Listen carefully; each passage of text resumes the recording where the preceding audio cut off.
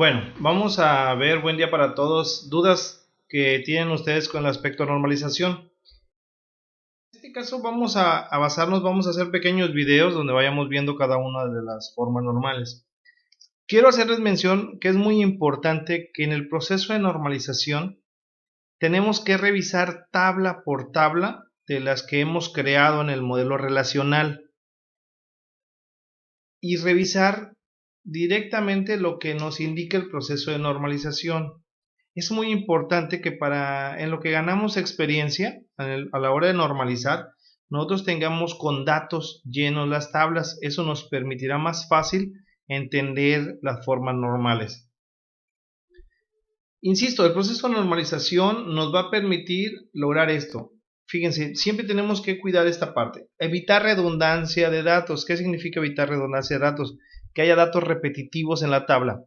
Recuerden bien que los únicos datos que se pueden repetir de alguna manera son las llaves extranjeras. Cuando tenemos una llave principal o llave única, pues no se debe repetir en una tabla. Si es una tabla, es una llave principal. Si es una llave extranjera, pues ahí sí se puede repetir esa porque viene, como decimos, viene como asociada o extranjera de otra tabla y ahí sí se puede repetir. Pero las claves extranjeras nada más, no los demás datos. Ahí donde tenemos que buscar la manera de no repetir datos. Cuando nosotros hablamos que evitar problemas de actualización en los datos de las tablas, es que si nosotros tenemos los datos de un cliente y en el cliente, en los datos del cliente, por ejemplo, guardamos la ciudad, que es Pánuco, y después el cliente cambia de residencia, si nosotros no cuidamos ese dato, si no lo cambiamos directamente y le ponemos que se movió a Tampico, pues vamos a tener problemas de actualización en los datos. Si nosotros agregamos su llave extranjera, en automático cuando cambiamos de residencia y cambiamos la llave, en automático nos va a decir que es de la otra ciudad. Proteger la integridad de los datos. Aquí, como decíamos, cuidar la seguridad, que los datos solamente dependan de sus tablas principales, como decíamos, la ciudad. Que una sola vez esté escrito la palabra Pánuco, no en cada nombre de los clientes, porque cuando queramos buscarlo, pues no lo vamos a encontrar. Vamos a ver el ejemplo que comentaban, el ejemplo que les di de ejercicio. Quiero que lo analicemos, no les voy a dar la respuesta.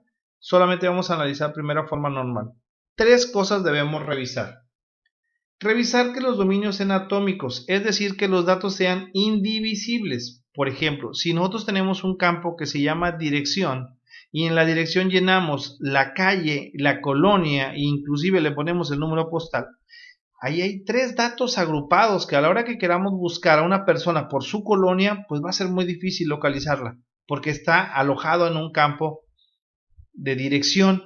Y si ustedes se dan cuenta, ese no sería un dato atómico, porque ¿es divisible o no? Sí, sí es divisible. Lo podemos dividir en calle, colonia y código postal. Entonces, eso significa la atomicidad. Y es cuando tú dirías, separo estos tres campos.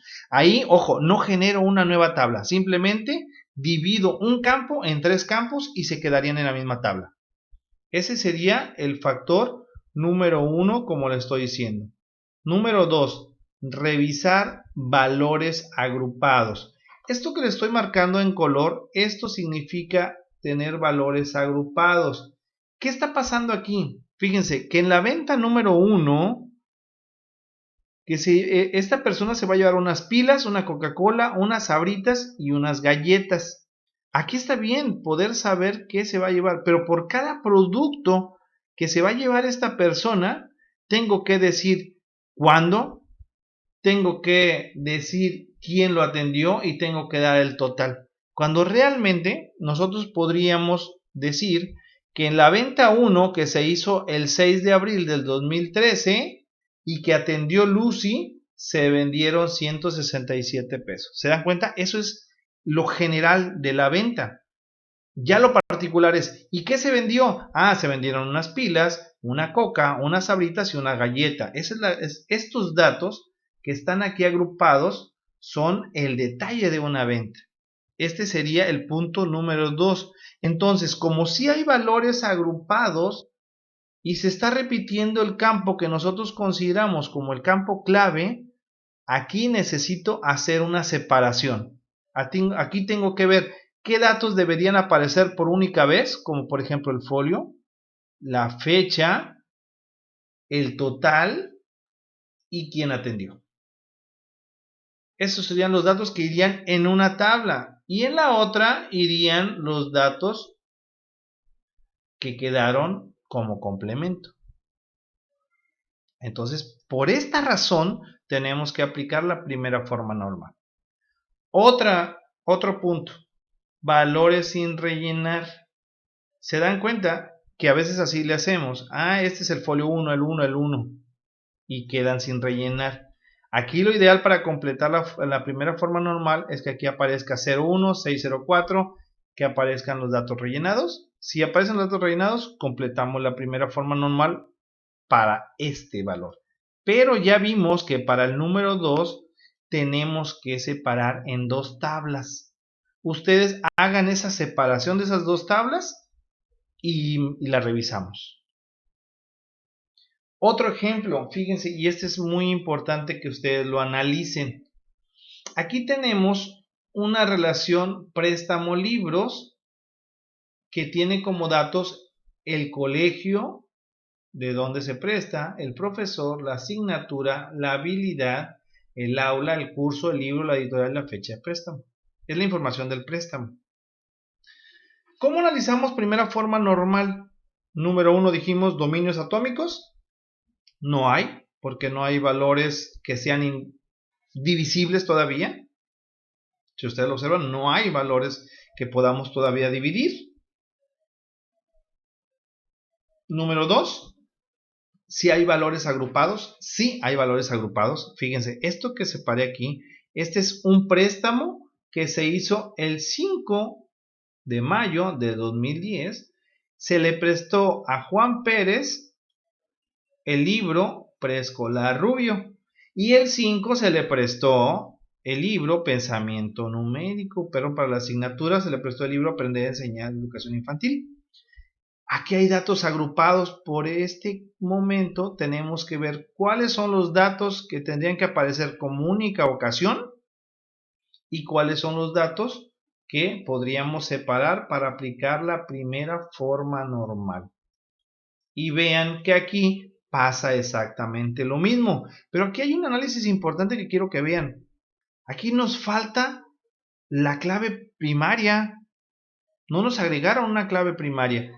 No podría ser la fecha de préstamo porque podría venir más personas a pedir el 5 de mayo, por ejemplo. Sería bueno aquí agregar una llave que sea el folio del préstamo, ¿sí? Un consecutivo que determine este es el préstamo 1, este es el préstamo 2, este es el préstamo 3, por ejemplo. Podemos proponer también si esto nos sucediera. Vemos en este caso que nosotros se los di en el ejemplo del contenido. Dominios atómicos no hay. No hay valores divisibles. Valores agrupados, sí. Este 2301, la orden 2301, todos estos valores, ¿sí? ¿Se dan cuenta? En la misma fecha, el mismo cliente, el mismo nombre del cliente, el mismo estado, los artículos ya son los que cambian. Entonces, ¿qué tengo que poner en una tabla y qué tengo que poner en otra tabla? Ya por este punto tengo que aplicar primera forma normal y ahí es donde, insisto, cuando partimos en datos que se repiten, deben de repetirse de una única ocasión, ahí es cuando decimos separamos tablas. Estos campos que tengo marcados en rojo se van a una tabla y estos se tendrían que ir a otra tabla. Valores sin rellenar, no, todo está lleno, entonces aplica por el segundo punto la primera forma. ¿Y ven cómo se separa? Lo que dijimos, la orden, una sola vez escrita, la fecha una sola vez escrita, quién es el cliente una sola vez escrito, el nombre del cliente y el estado.